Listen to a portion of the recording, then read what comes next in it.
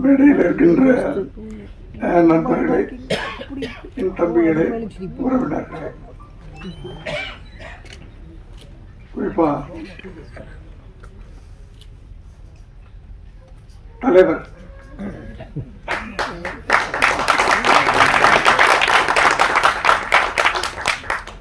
எல்லோருக்கும் என்னுடைய மீடியா நண்பர்களே,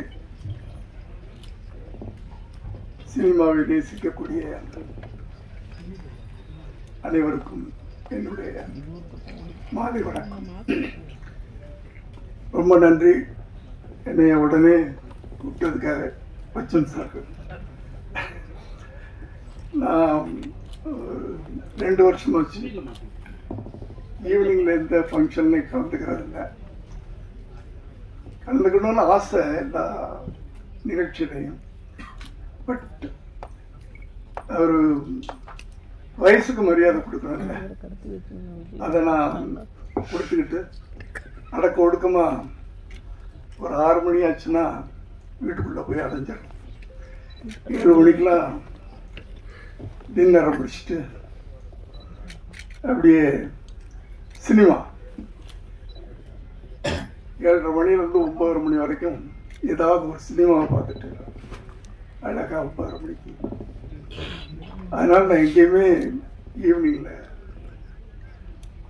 அதை நான் சொன்னேன். வந்தா நடுவில் போகக்கூடாது, சபை நாகரிகம் இல்லை.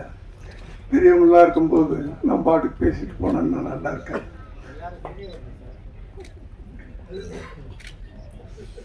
நான் உயரத்துல சொல்ல பல விஷயங்கள் அதில் அடங்கி இருக்கு. என்னோட பெரியவங்களாம் இங்க இருக்கிறாங்க. தலைவர்கள்லாம் இருக்கும்போது தொண்டர்கள் சின்னவங்க தான்மா.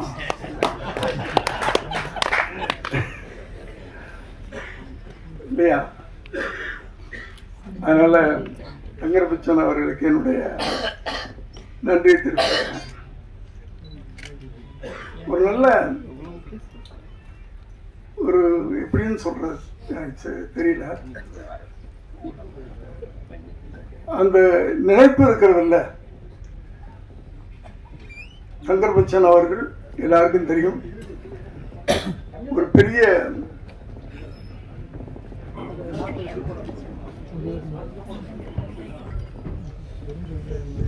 பல காவியங்களை தமிழ் திரையுலகத்துக்கும் தமிழ் மக்களுக்கும் கொடுத்தவர். ஏன்னா அவர் படங்கள் திரைப்படங்களா நான் பார்த்ததில்லை, ஒரு காவியங்களா தான் இருக்கும். அப்படிப்பட்ட ஒரு சிறந்த இயக்குனர் தன் மகனை அறிமுகப்படுத்தணும் அப்படின்னு நினைக்கும் போது, ஒரு இளைஞனை ஒரு தகப்ப நடிகனா அறிமுகப்படுத்தணும். ஏன் இவ்வளவு பெரிய நடிகர் அதை செய்யல? அங்கேதான் அவருடைய புத்திசாலித்தனம். தப்பா எடுத்துக்காதீங்க, இங்க அதுல நிறைய அடங்கி இருக்கிறது. ஒரு பிள்ளைய செதுக்கணும்னா சாதாரண விஷயம் இல்லை. அதை இன்னொரு இளைஞன்ட்ட கொடுத்துருக்கீங்க பாத்தீங்களா, அங்கேதான் நீங்க செதுக்க ஆரம்பிச்சிட்டீங்க. நான் கூட அதான் நினைச்சேன், நடக்கல. என் மகன் விஜய் அவர்கள் நடிக்கணும்னு சொன்னப்போ அவரை போட்டோ ஷூட் எடுத்துட்டு, நான் அப்ப பிஸியா 90ல பல மொழிகள்ல அவ்வளவு இதா இருக்கும்போது நானும் அப்படித்தான் நினைச்சேன். நம்மளே நம்ம பிள்ளைய அறிமுகப்படுத்தினா நல்லா இருக்காது. அதுல பல சிக்கல்கள் இருக்கு அப்படின்னு போட்டோ ஷூட் எடுத்துட்டு அந்த ஆல்பத்தை கையில வச்சுக்கிட்டு எத்தனையோ இயக்குநர்கள்ட்ட போயிட்டேன். நான் ப்ரொடியூஸ் பண்றேன், எவ்வளவு வேணாலும் செலவு பண்றேன், இவனை அறிவு நீங்க டைரக்ட் பண்ணணும் அப்படின்னு பல இயக்குநர்கள்ட்ட போனேன். யாருமே, பல தயாரிப்பாளர்கிட்டலாம் போனேன். அப்பதான் கடைசியா போய் நானும் என் மனைவியும் ஆர்பி சௌத்ரி சார்ட்ட போறோம். ஏன்னா அவரு புது புது டெக்னீஷியன்லாம் உருவாக்குறவர் தைரியமா. அவர்கிட்ட போய் இதே வார்த்தை நானும் என் மனைவியும் போய் கேட்குறோம். அப்பதான் அவர் சொன்னாரே, நீதான் பெரிய டைரக்டர் ஆச்சையா, நீயே அங்கே இங்கே அழைச்சிட்டு இருக்க, நீயே அவனை வச்சு படம் எடுங்க அப்படின்னு சொன்னார்.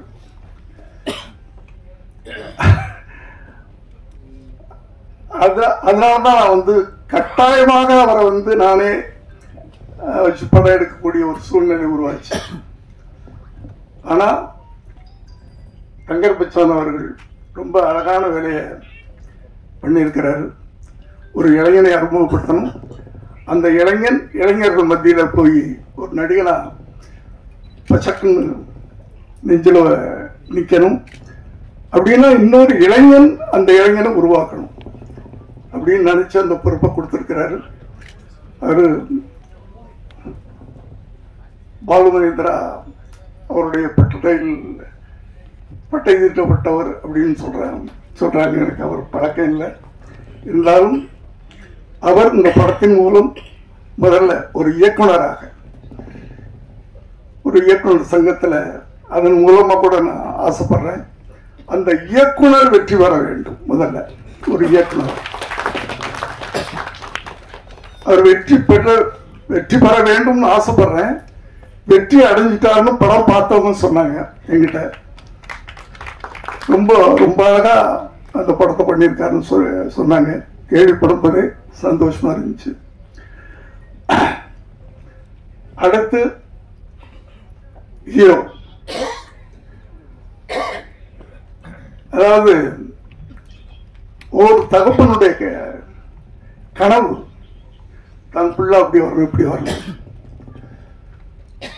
ஆனா இவரு தன் பிள்ளையுடைய கனவை நிறைவேற்றுறதுக்காக இந்த ஒரு ப்ராஜெக்டை அவர் ஆரம்பிச்சு பண்ணியிருக்கிறாரு. அவருக்கு என்னுடைய வாழ்த்துக்களை தெரிவிச்சுக்கிறேன். அந்த தம்பி இந்த திரையுலகத்தில் ஒரு பெரிய கலைஞராக வரணும், உருவாகணும் அப்படின்னு நான் வாழ்த்துறேன். மற்றபடி இதுல சப்போர்ட்டிங் கேரக்டர்ஸ் அப்படின்னு சொன்னா நிறைய பேர் இருக்காங்க. ரொம்ப அழகா எல்லாரையுமே புதுமுகம் போடாம சப்போர்ட்டிங் தான் ரொம்ப முக்கியம். ஒருத்தனை தூக்கி நிறுத்தணும்னா பக்கத்தில் இருக்கவங்க எல்லாம் சேர்ந்தானே தூக்கி நிறுத்தணும். அப்படி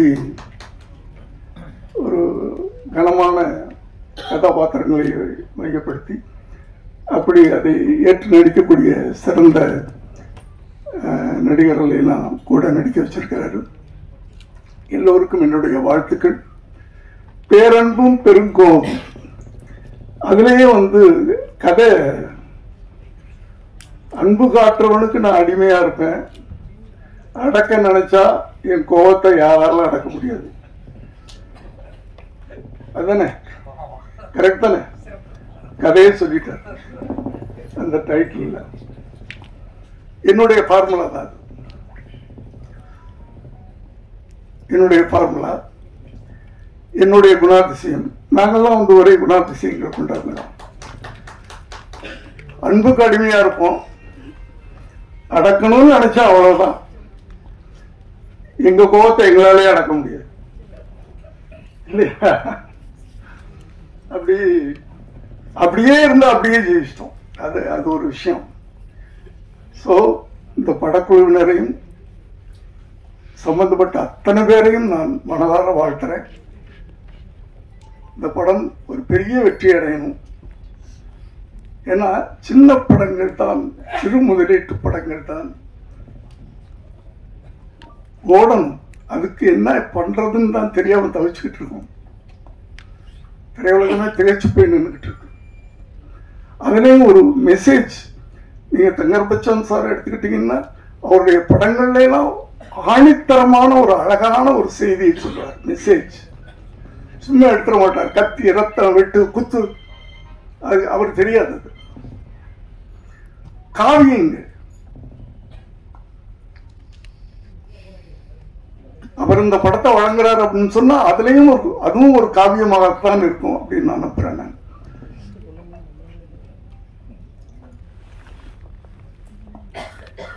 ஏன்னா இப்போ அது போற இடங்கள்லாம் நான் சொல்லிட்டு தான் இருக்கிறேன். வருகின்ற எழுத்தாளர்கள், இளைய தலைமுறை எழுத்தாளர்கள், இயக்குநர்கள் அவர்களுக்கு ஒரு பொறுப்புணர்ச்சி வேணும்னு சொல்லிக்கிட்டே இருக்கிறார்.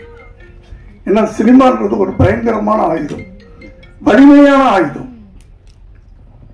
சினிமா சொசைட்டில அவ்வளவு பெரிய தாக்கத்தை ஏற்படுத்துது. அதை ரொம்ப ஜாக்கிரதையா கவனமா நம்ம கையாளணும். ஆனா இப்பெல்லாம் படம் ஓடணும், அதுக்கு என்ன பண்ணணும்னு பாக்குறாங்களே தவிர அதுல என்ன நம்ம செய்தி சொல்றோம், மக்களுக்கு என்ன சொல்றோம் அப்படின்றது இல்லை. அந்த படம் ஓடணும், என்ன கதை அதெல்லாம் கேட்காதீங்க அப்படின்னு வர்ற இளைஞர்கள் எல்லாரும் இல்லை, ஒரு சிலர் அவங்களுக்கு அந்த பொறுப்புணர்வு வேணும். நீங்க சினிமா மூலமா என்ன சொல்றீங்க மக்களுக்கு, ஜனங்களுக்கு என்ன சொல்றோம்? சும்மா காசு சம்பாதிக்கிறது மட்டும்தான் சினிமா. இப்போ அதுவும் சம்பாதிக்க முடிய மாட்டேங்குது, அது வேற விஷயம். அதான் விட்டுக்கிட்டு இருக்காங்க.